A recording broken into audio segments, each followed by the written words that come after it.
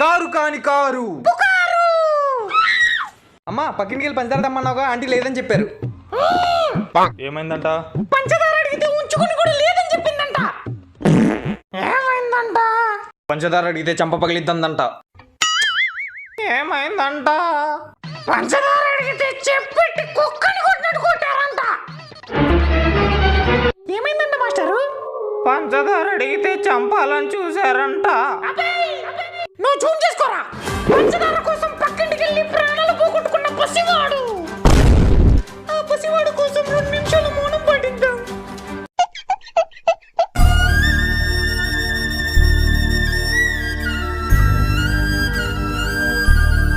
అమ్మా మీరెందుకు మౌనం పాటిస్తున్నారని నేను ఇంకా బతికే ఉన్నా.